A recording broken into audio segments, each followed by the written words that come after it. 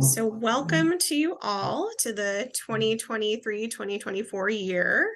I'm excited to see some of you virtually.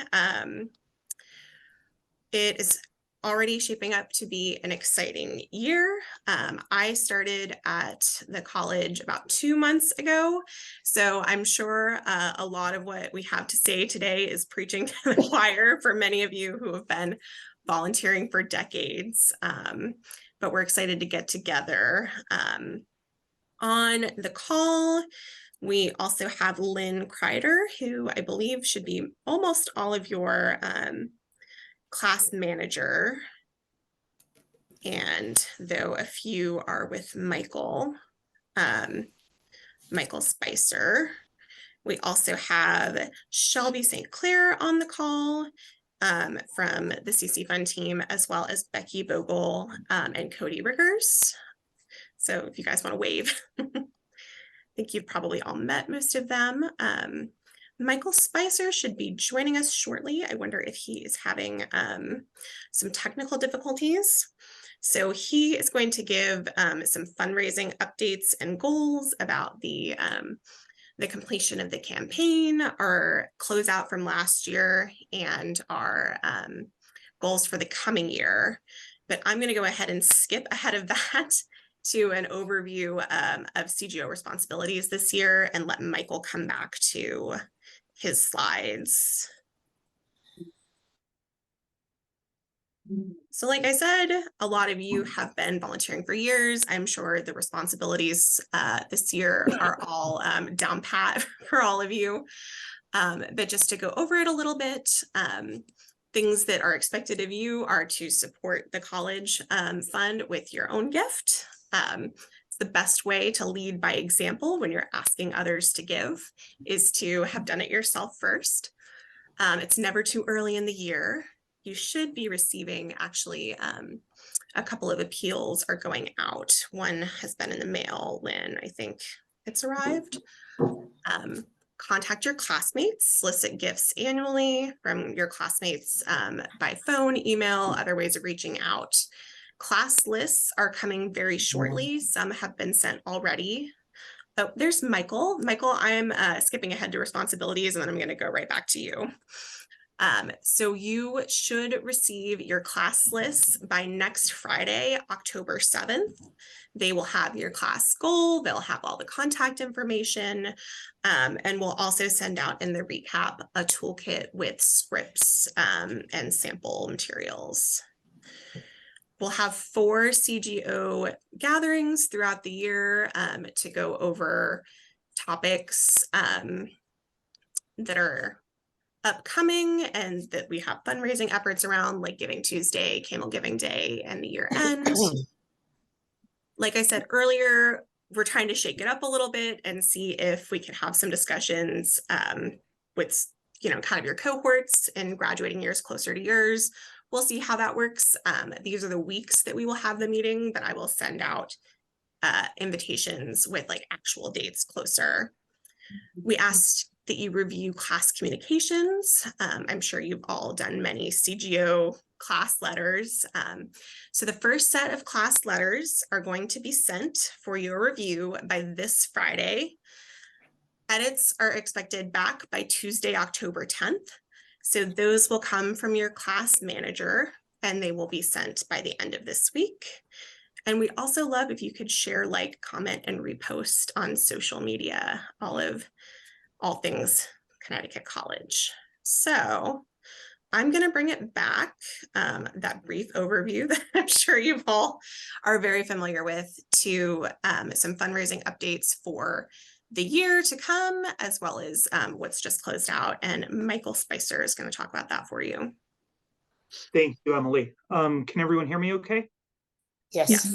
Okay, fantastic. I apologize for being late, having some technical problems with my computer, so I'm on somebody else's. I think that hopefully everybody has seen the news that we successfully completed the most ambitious campaign in the college's history 1 year early and exceeded the original goal of 300 million and raised a total of $317.5 million. Um, it, I mean, it's an extraordinary effort, and the entire community is responsible for our success.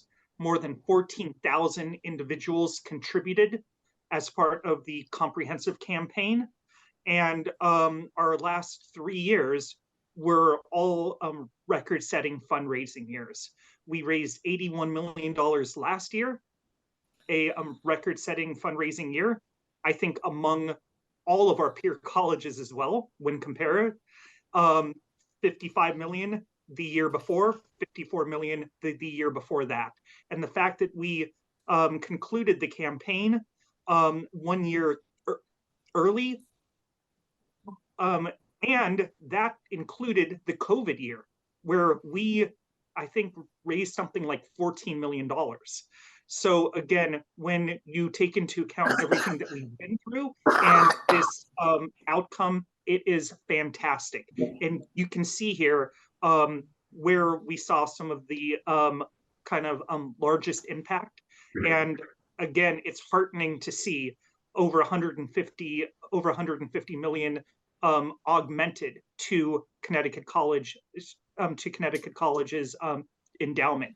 Our endowment compared to our peer colleges has always been on the kind of low side. So again, 150 plus to the endowment is fantastic.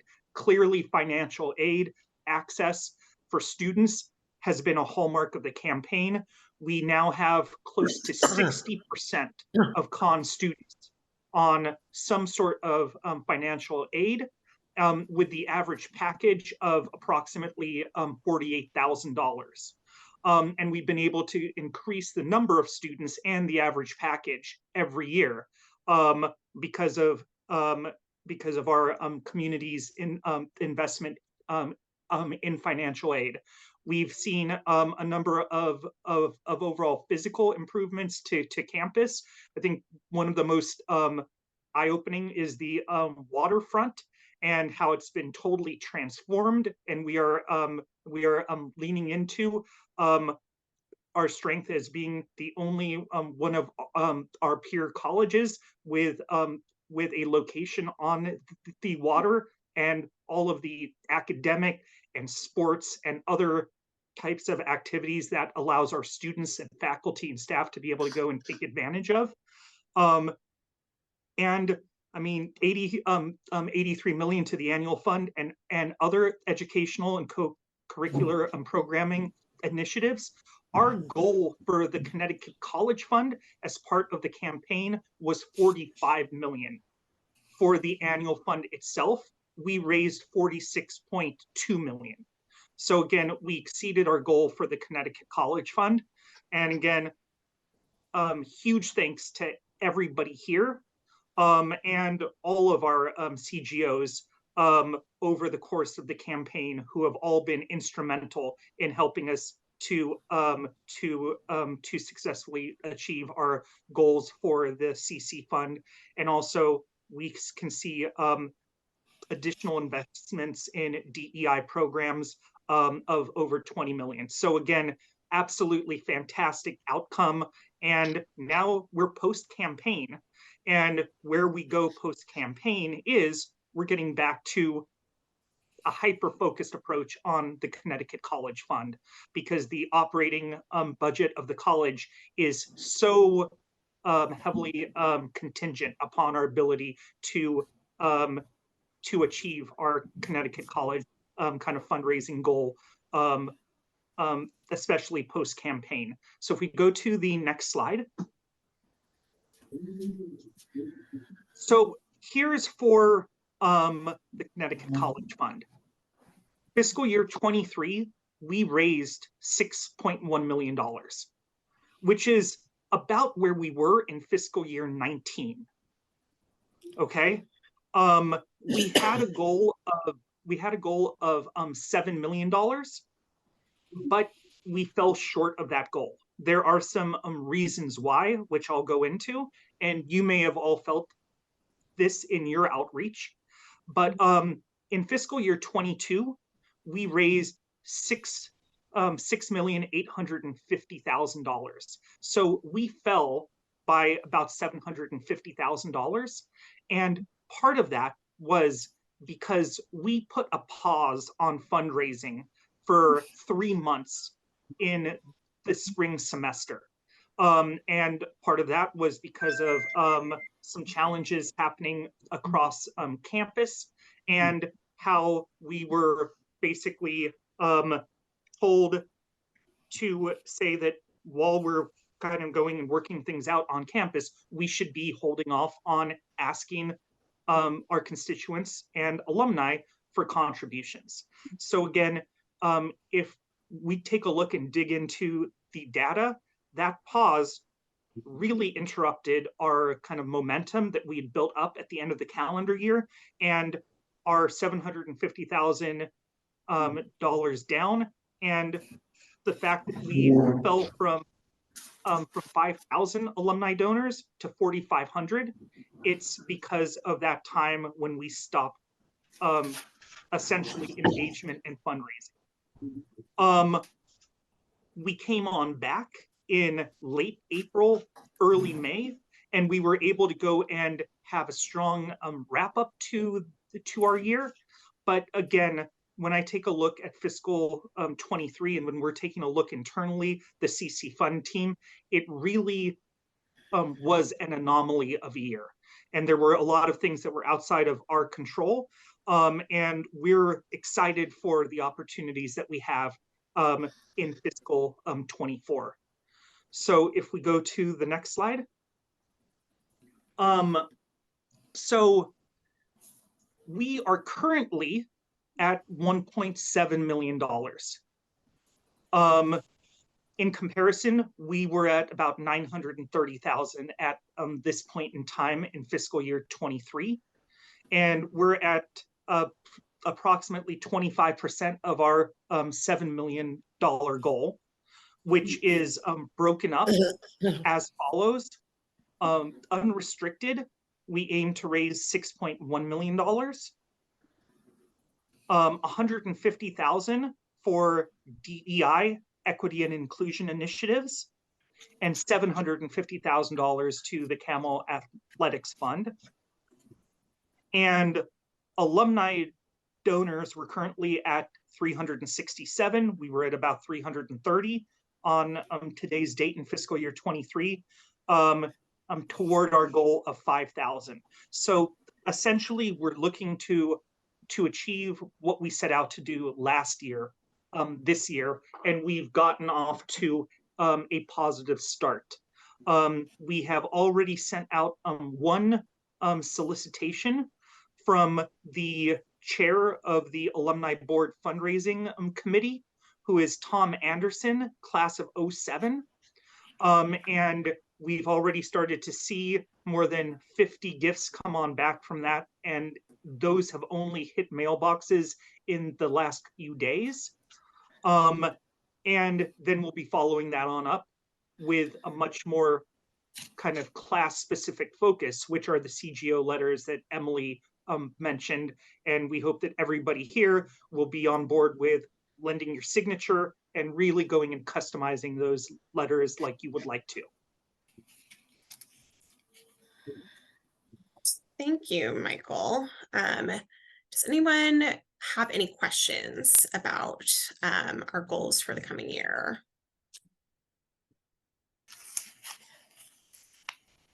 Pretty small group, so I think people can jump in if they have questions. Michael, yeah, I Emily. do have a question. Oh, I'm go sorry. ahead. Go, Warren. Thank you. We have a goal of 5,000 alumni donors. Mhm. What do we consider the total alumni pool to be at this point? What's that 5,000 out of? So it's approximately 25,000 solicitable alumni. The exact number, I think, is going to be 25,388. But when I'm talking with audiences, I say approximately 25,000. It just seems to me, and I know we say this all the time, that that's a pretty low goal and we still don't achieve it. Are we doing anything to really try to gauge why we have not been able to solicit from our own alums more effectively? Yeah, no, thank you, Warren. It's a very good question. So here's a topic that we could really lean into on an upcoming CGO call, but here's my quick answer is so in fiscal year 20, right? We had something like 4,000 alumni donors. In fiscal year 21, we improved to 4,800. In fiscal year 22, we went to 5,400 alumni donors. And then in fiscal year 23, we fell back to about 5,100. That is really a result of our giving day and our success or lack thereof. We have habituated our alumni to give during the spring, largely in response to our giving day. And when we've had a very successful giving day, we've seen the numbers go up. When we haven't had a successful kind of giving day, or we've had to change our giving day because of kind of macro circumstances outside of our CC Fund team's control, we've seen those numbers go down. Now, across the country, schools are seeing similar things. They've habituated their audiences to basically give at specific times when they've got these giving days. What we're now seeing is that the schools that have the most kind of sustainable participation rates are not going all in on giving days. They're actually really leaning heavily into their volunteers. And I've got a lot of data that shows that the schools like Con, small liberal arts colleges, with the highest number of alumni volunteers, there's a positive correlation to the highest alumni participation rate. So, I mean, it's going to be a long game, but the most effective thing that we can do to build a sustainable resource engine in regards to improving alumni participation is to increase our number of active alumni fundraising volunteers. And the way that we can do this is to focus on our youngest 20 alumni classes. When we take a look at our baseline alumni participation rate, the 50s, 60s, 70s, 80s are strong. When we start to get into the 90s, we start to see it go down. And then certainly 2000s, 2010s, that's where, again, we have a baseline alumni participation rate of about 18%. And then we start seeing it go down to maybe, 10% for our young alumni classes. So that's where we really need to lean in to improve alumni participation overall. So that's kind of a short answer, but there's a lot of information to share on that. And we have looked into it, and we've looked into what other schools that have strong kind of sustainable alumni participation rates have done. And it's about a culture of inclusive philanthropy. And we have about 130 active CGOs. The critical kind of threshold to get to is probably about 350. But I mean, when you take a look at like, for example, Williams, which has the highest alumni participation rate, they've got over 1,600 active alumni fundraising volunteers. And then when you start going down and you check out other peer colleges, again, it's at about 350 where you start to really see the uptick. So we do have some strategies and approaches in mind to build out our CGO base, especially among our younger classes. Suzanne? You know, Sue Green here. I've got a couple comments, if I may. I'm involved, very involved in a nonprofit here in Summit County. Okay, small potatoes relative to the college, but and I've been involved for the last 25 years, and very involved in fundraising because we're an all volunteer organization and run on the funds that we raise from the community. Okay, the two things that we've learned over the years that may or may not be relevant, but let me tell you, one is to focus on year-end giving instead of spring giving, that giving day kind of thing. There are people like me, I make all of my donations at the end of the year. The best time to get me is around December 15th because I've got my list is compiled and I'm ready to go. So that's already fundraising and it works. Anytime we do any fundraising during the rest of the year, it's absolutely minimal relative to the year end. Whether that applies to the college, I don't know. But the other thing that we have focused on huge in order to increase our percentage so that we can go for grants, et cetera, is a focus on any donation is appreciated. You don't have to give us $100. We'll take $10. You want to give us 100 or 1,000, that's totally fine. But this notion that any donation is appreciated. And so perhaps the younger classes who are just starting out in their job world, and especially those that are living in the Northeast, barely are making enough money. It looks like a crazy amount of money, but they barely making enough money to pay for their rent and their food and their car, or whatever. So those are the two things.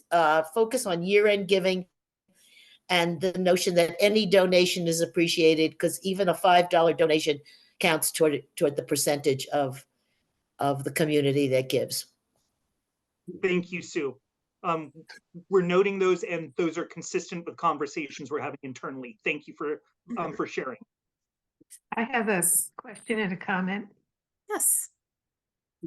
First of all, I agree, Sue, that donation is a really important message. And then my question is, some of the schools like Williams that you've noted have been so successful. Have you taken a look at their materials? What do they say? How do they do things? Is there anything we can learn from how they're approaching things? Yeah.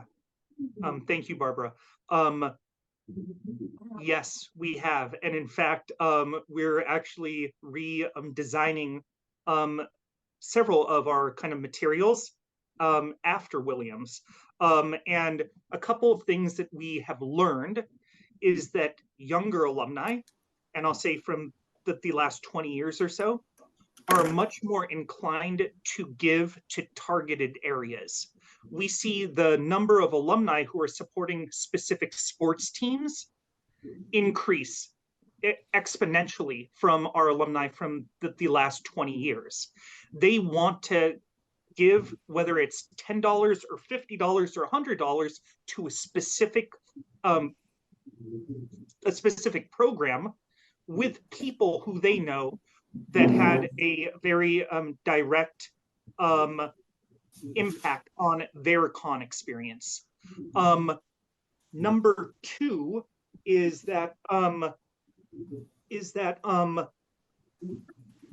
lot of the messaging that we are leaning into, and those of you who received the letter from Tom Anderson, and you'll see this kind of reinforced in the template for your CGO letters, we're trying to talk about what would the Connecticut College community look like without the Connecticut College Fund. That is what some of these other schools are really doing. It's going back to the educational side. It's not only about remember your time at con and how special it was, and basically make a gift because of the memories or the overall kind of feelings and nostalgia. It's here are the facts. Is that without the Connecticut College Fund, the academic year would end on March 2nd, which is 67 days before it actually ends on May 8th. And then the 7.5% of the college's operating budget that the Connecticut College Fund accounts for is equivalent to an additional $155 million in the college's endowment every year. That's the impact. So if we didn't have the Connecticut College Fund, here are some of the things that our students and faculty and staff would not be able to enjoy and benefit from. So again, it's going back to some of the education, and we're going to be really leaning much more into those types of messages, and that is consistent with what some of our kind of gold standard peer colleges are doing. Are the seniors, as I recall, when we were seniors, we were asked to donate to the alumni fund at our graduation for the first time. And I believe that got me started. And I imagine that I have contributed something to the alumni, you know, the giving to the college every year since 1957. Do the seniors now get asked to start giving to the annual fund as they graduate? Thank you, Judy. Thank you for your steadfast support and involvement. And absolutely, I'm going to sum it up. I'm going to sum it up quickly, but number one is that if we take a look at the college's major donors, those who are contributing above like $25,000, like 80% of them were making gifts their first 5 years out as alumni. So again, it's important for the participation, but also when you're talking about feeding a fundraising pipeline, encouraging alumni to make a gift in those first 5 years out and to be as consecutive as possible is one of the strongest factors that over the years will lead to kind of major fundraising for Connecticut College. We do have a senior class fundraising campaign. It's led by our CC Fund team member, Cody Riggers. Cody is waving. She's in Becky's office because it's cold in Becker House and we're conserving heat. But we had 135 seniors make gifts last year. And how many seniors were there? How many seniors were there? I think that it's about 420. That's a shame. That's criminal. I agree. It is. We had 90 the year before. I will share that, again, in colleges across the country, senior class campaigns had a very high participation rate. Then COVID happened. And schools have been trying to get back to that pre-COVID senior class participation with the programs and all of that. There was a major interruption. We have our first senior class event happening on Thursday of this week. We have a venue that can accommodate 75 seniors. And we have over 100 who have signed up. So we have a wait list, and every senior who's coming to the event knows that they're going to be supporting the senior class gift. So Cody has come on in the last year, and she is kickstarting and really kind of breathing some new life into the senior class events that lead to the fundraising. And a lot of it is that we can no longer simply ask seniors to make a gift. There needs to be a value proposition, and they need to be kind of engaged. These events need to be much more interactive than they were. So again, we have a robust senior class gift committee of 10 volunteers, and they're the ones who are planning out what the events are going to be for their classmates. And Cody and our CC Fund team are staffing them and helping them to actualize their vision. I think that we should see over conservatively 200 seniors make a gift, and hopefully we'll be able to go and break that 50% mark. If we take a look at Connecticut College and our senior class overall gift campaigns pre-COVID, we were at about 65% participation, and we want to get back up to that level.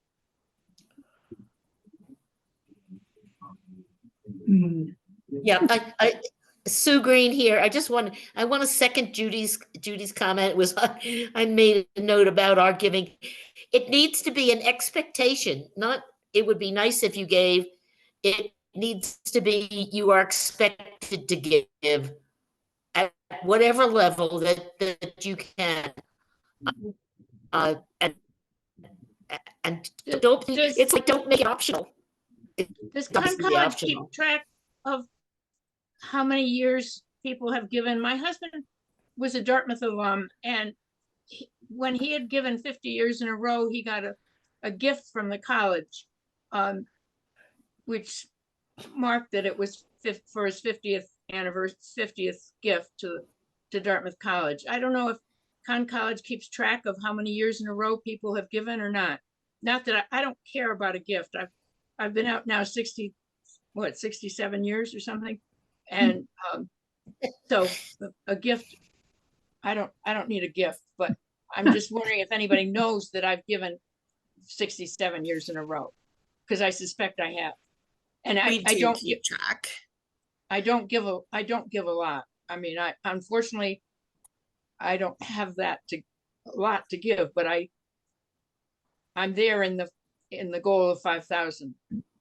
Well, and Yes. you are giving back right now, I would say, Judy. One of the most important ways that you can give back is by giving your time as a volunteer and helping communicate with your peers and asking them to give. So thank you so much, Judy, for everything that you've given. Well, and I think I think Sue's point was well taken, and I tell this to the people I talk to. It's not how much you give, it's that you give. Exactly. That's right. Yeah. Every gift matters. Every gift counts, and every gift matters. Lynn, can you speak to our kind of CRM and how historical the information is that has been tracked? Yes, we do keep track. Unfortunately, when we changed from a paper system to the electronic systems that we now have, that happened in 1988. So anybody like you and your fellow alums that, before then that have been giving every year, everything got put in just as a lump sum. So our tracking pretty much right now goes back to 1988 for consecutive years. We do have, paper records where we have gone back sometimes and looked to see who those donors are. And I know for a fact, Judy, you were one of those people that we were looking at, because I talked to you about this last year. And yes, we do know the ones that gave every year since then, but just in our system right now, it only goes back as far as 1988.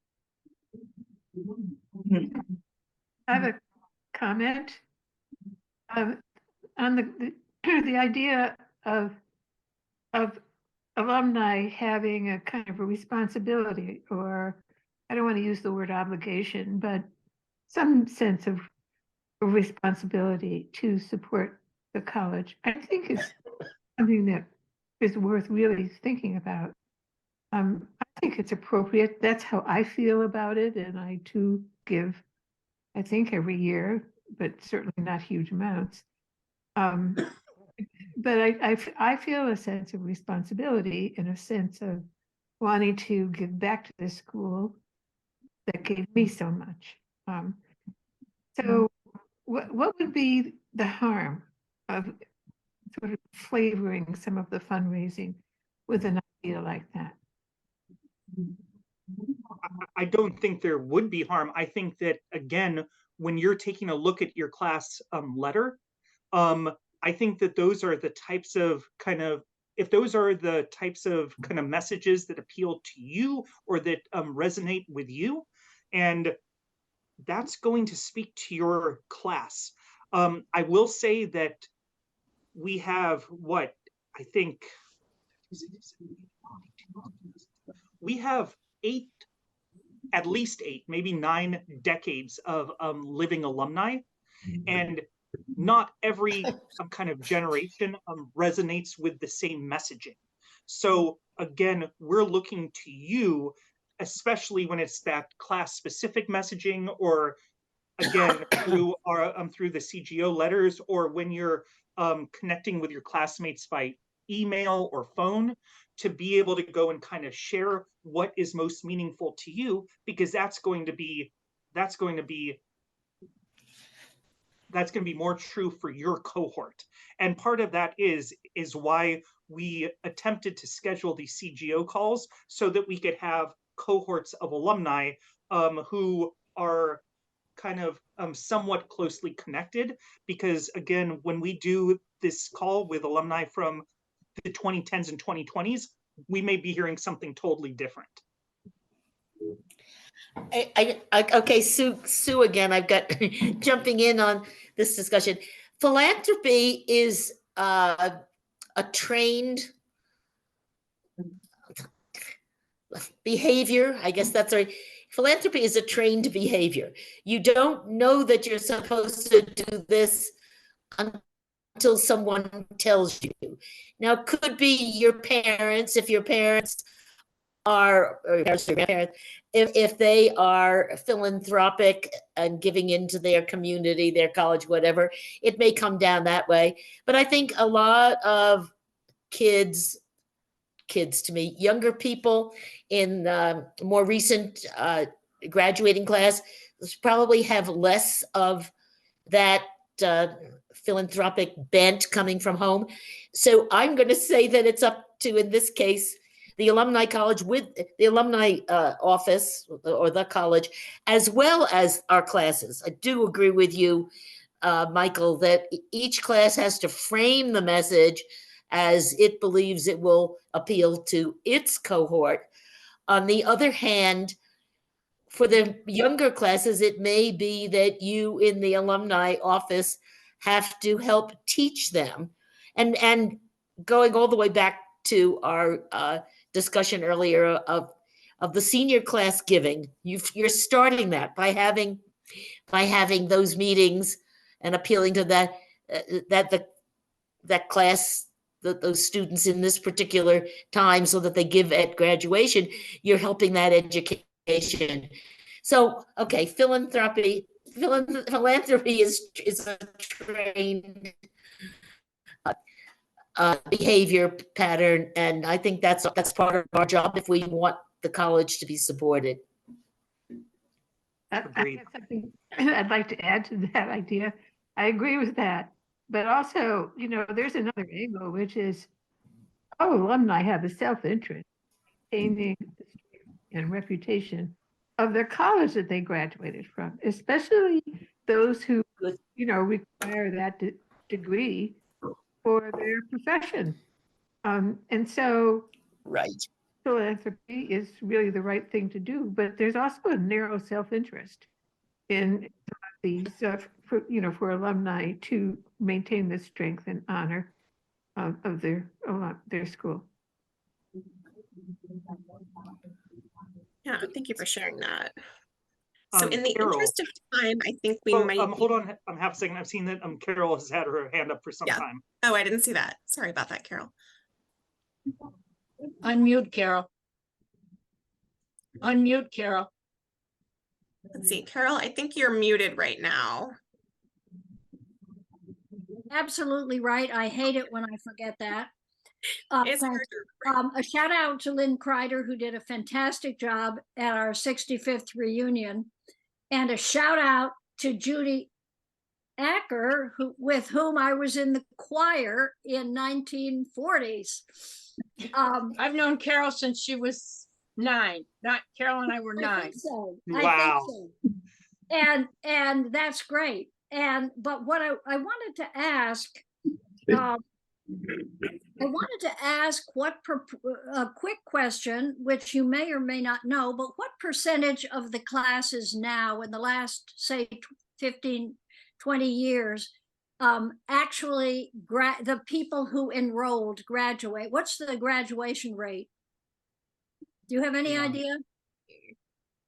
It's not as high as it was. I don't have this specific information, but the college has experienced more attrition in the last 10 years than previously. So again, I don't have those exact numbers. If anybody else has it, Yes. Well, The you might be able to what follow I on want up to if there say has been is, some attrition. when we were a women's college, and Yeah. you younger people who you may not know this, our attrition rate was 50%. Yes, yes. Oh, wow. Because Everybody got married. among other things, there was no birth control in Connecticut, as I often say to young people. And people, when their fiance graduated from wherever and went off, they left the college. We have had tremendous success in our age group with people who did not graduate from Conn College, but who give to the Alumni Fund. And I know, as someone who worked with our wonderful Jean Taub on many years, we have been particularly careful to reach out to that group. That may not be relevant now, but it was certainly relevant then. I also want to ask you, is your alumni office, your development office, still comparatively underfunded and under-resourced compared to the colleges we have to we measure ourselves against? Yeah, the answer is yes. Yeah, that's part of the problem. As much the colleges that we measure ourselves against have on average 3 times plus the endowment that we do. So Yeah, it is a there are constrained resources. Yeah, And I have an answer to your graduation. Oh, nicely. It's 84%.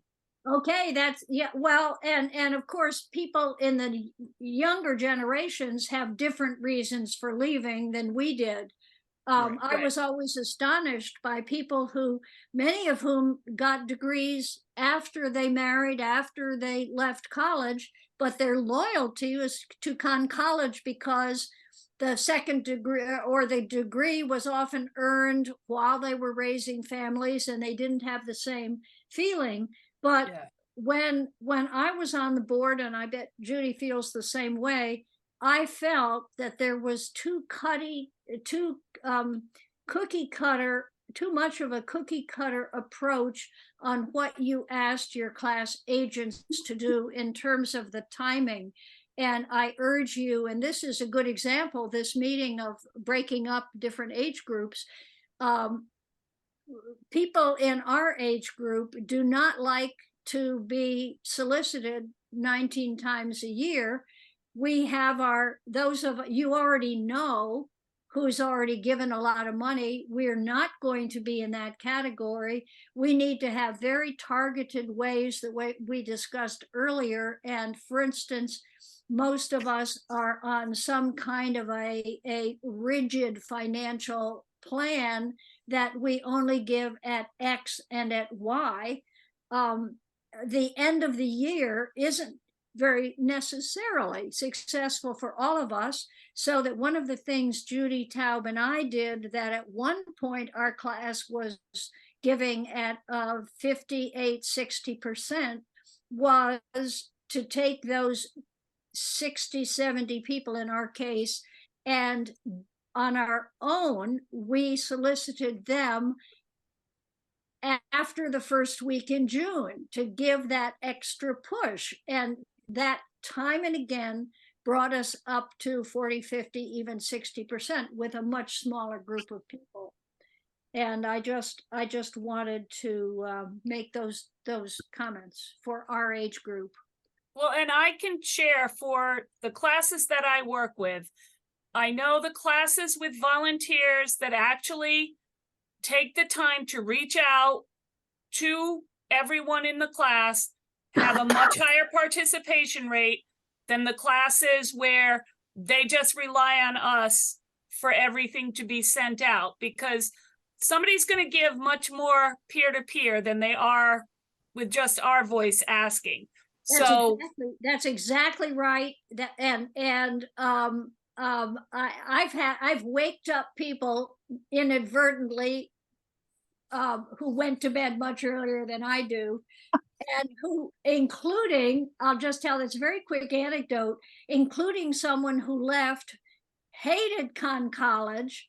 And when I woke her up, she started talking about she hated Conn College, and I was going, oh my God, what have I done? And by the time she'd waked up, she said, but I'm going to give, because Miss Mulvey was such a wonderful teacher, and I may not have liked the college, but I liked her, and she set me on the path to being a history teacher. That's awesome, Carol. I know we're going to move forward, but I would like to for a second, because what Lynn and what Carol are talking about is so important, and we need to get this out there to other classes as well. What our office is able to do is we do the kind of mass communications, the emails, the letters, the texts, that helps with the foundation of the messaging, but it's the personal outreach that makes it so effective. If possible, I'm just going to turn it on over to, I'm putting you on the spot here, but if I could, please, for a second, talking to class of 73, specifically Brian, to talk about what you guys were able to do last year, where the class of 73 has had a participation rate of about 28%, and then they increased it to 60%, and how you guys were able to make that happen, Brian. Okay. Well, I think we had a very active group, and we met regularly and looked at how we were doing in terms of our goals. And we had an active outreach to the people on our list, and we tracked who we'd been calling, and you know, ways of following up with them. I think one thing, it wasn't always necessarily the case that phone calls were they were helpful, but at the same time, some people just don't answer the phone anymore. So we had to kind of think about, you know, sometimes a personal letter worked, or an email too. But I think it was, a lot of it was really just a sense of enthusiasm. A lot of it came down from the person, Lynn Allen, who was kind of spearheading the effort for us. But a lot of actively involved people and effort to keep it moving. Thank you, Brian. I'd like to add something. I'm have been the class agent for 57, or I guess 60 years. Do I know my class? You betcha. And each year, about June, I sit down and I write postcards to everyone. This year, I wrote them to everybody in the class, whether they had given ever, whether they were Libons last year but not this year, or whether they had given already. And this is what I do almost every year. It requires sitting down and writing, well, now only 100 postcards. That's all that is left. And I'm very happy to say, despite the fact that we were the year after reunion, I think, we weren't a reunion year, we got close to 60% this year too. So I just want to corroborate Brian's strategy and say personal touch, particularly in our cohort. There's no question that pays. And I can only say that having the same team of people, we have about 6 or 7 people in the class who do this outreach over the year as well on a personal basis. So having, even with only 100 or so people, having 5 or 6 people who make phone calls, of course, takes some of the pressure off of the NGO, that is the person like me who's sort of responsible. But it also allows some of my classmates to get in touch with people that they might not normally get in touch with, and they only have to do 5 or 6 people. It's not like they have to do a lot of phone calls. That works. The personal touch is where it's coming from. My class, I think, does not necessarily respond to emails from the college. I think it's the personal touch. And I want to add that because of Sue Green's initiative, we have Zoom calls about every 2 or 3 months, and we're getting 12 to 15 people to sit down for an hour and listen to us chat and listen to success stories of our past and what the college did for us, even at our advanced age. We're all 87, 88 years old. So, we've lived quite a life and have a story to tell, and having that consistency. Also, our class correspondent is very, very engaged, and she is always picking on people to tell their stories. So you have to have a team of people in the class to work together to keep in touch. There are numerous ways that I've mentioned, but people probably can do something even more exciting, having meetings or, having coffee with people in the same area, lunch, whatever. But it's the personal touch. The college provides us the foundation and, of course, a lot of help. But it's the personal touch that's going to make a difference, whether you've got a class with only 100 people or you've got 400. You got it. And your point about having more volunteers, you really should aim for no more than 40 or 50 people per class, which means every class should have 7, 8, 9, 10 class agents. So good for you if you can do it. Thank you, Helene. One of the difficulties we found after our 50th, I believe, isn't it the procedure usually to elect a new class president at your 50th?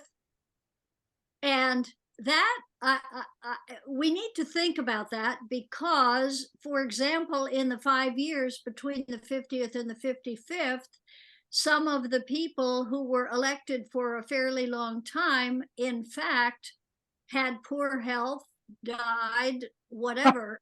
So 50th, 55th, I think we really may need new procedures in working out class leadership positions.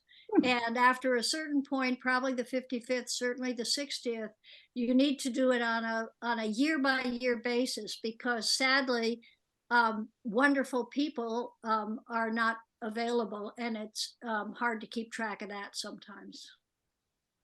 Thanks for pointing that out, Carol. And that's something that we can take back to our alumni engagement colleagues and talk about. I am going to turn it back on over to Emily, because I know you've got some more stuff to cover. And I just want to be mindful of everyone's time. We have a few more minutes. I'm going to go very quickly through the last couple updates for you all. We already went over the responsibilities, but just a reminder again that you will be receiving your first class letter by the end of this week, Friday. And next Friday, you will have received your class list. I will send out an update after this by the end of the week with a recap of the meeting, with a timeline of kind of what we're doing through the year. One other important note for you all this year is that the Alumni Board Development Committee is really excited to get involved with the CGOs and also to help us grow the CGO program. As Michael mentioned earlier, it is a proven success that the more CGOs you have, the more effective we are in our peer group of getting alumni to donate. So with that in mind, they are going to help with some CGO recruitment efforts. And so you'll be hearing from the Alumni Development Board later this fall about that. Just a couple of events upcoming. Fall weekend is October 6th and 7th. I think a couple of you might be registered to come. We'll be excited to see you if you are. If you're not coming to campus, you can still like and share on social media and encourage friends and classmates to make a gift. But one of the big things happening during fall weekend, it is the 50th anniversary of Unity House on campus. There are several events to celebrate this over the weekend, but we are actually also going to be fundraising for Unity House's race and ethnicity programs this year. We have a goal of 100,000, and we are looking for a few CGOs who would be willing to help out on top of their regular duties, but to fundraise for Unity House this year. So if you are interested, please let us know.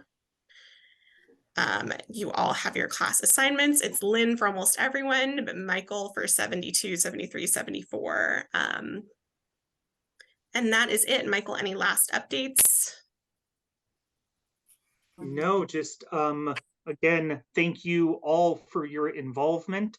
Thank you all for sharing some ideas and some frameworks that we are actively thinking about and that we need to be thinking about. And again, there is no substitute for the personal outreach.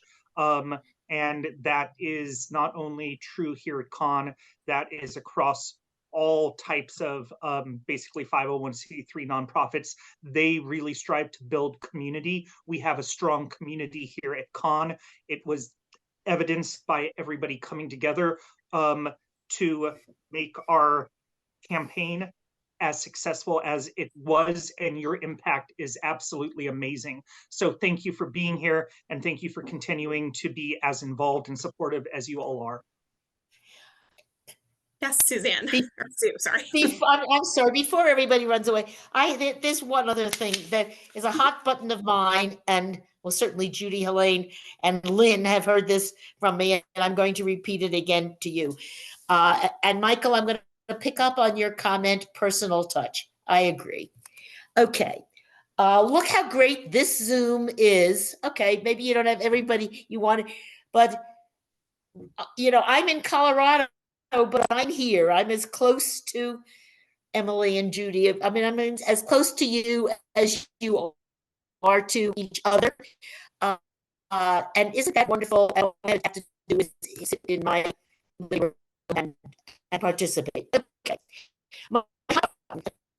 Starting with our, it really came to my top of my mind when we had scheduling our 65th reunion.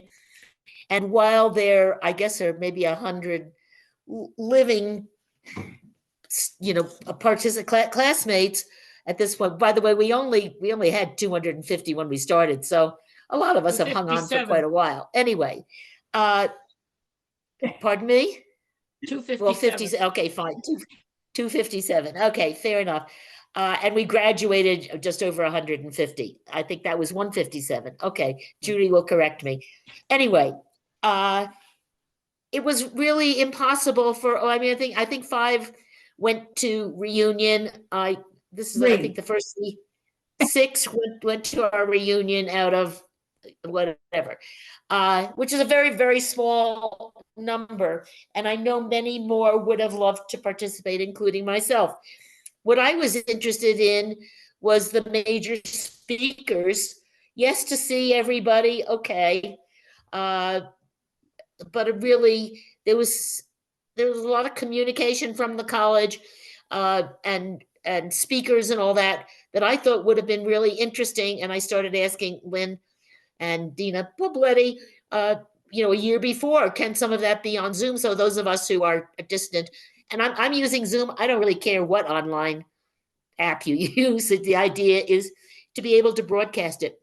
I get the, you know, the Connecticut College News, and I look at that, and or emails that I get from the college and all these great things that are going on at the college.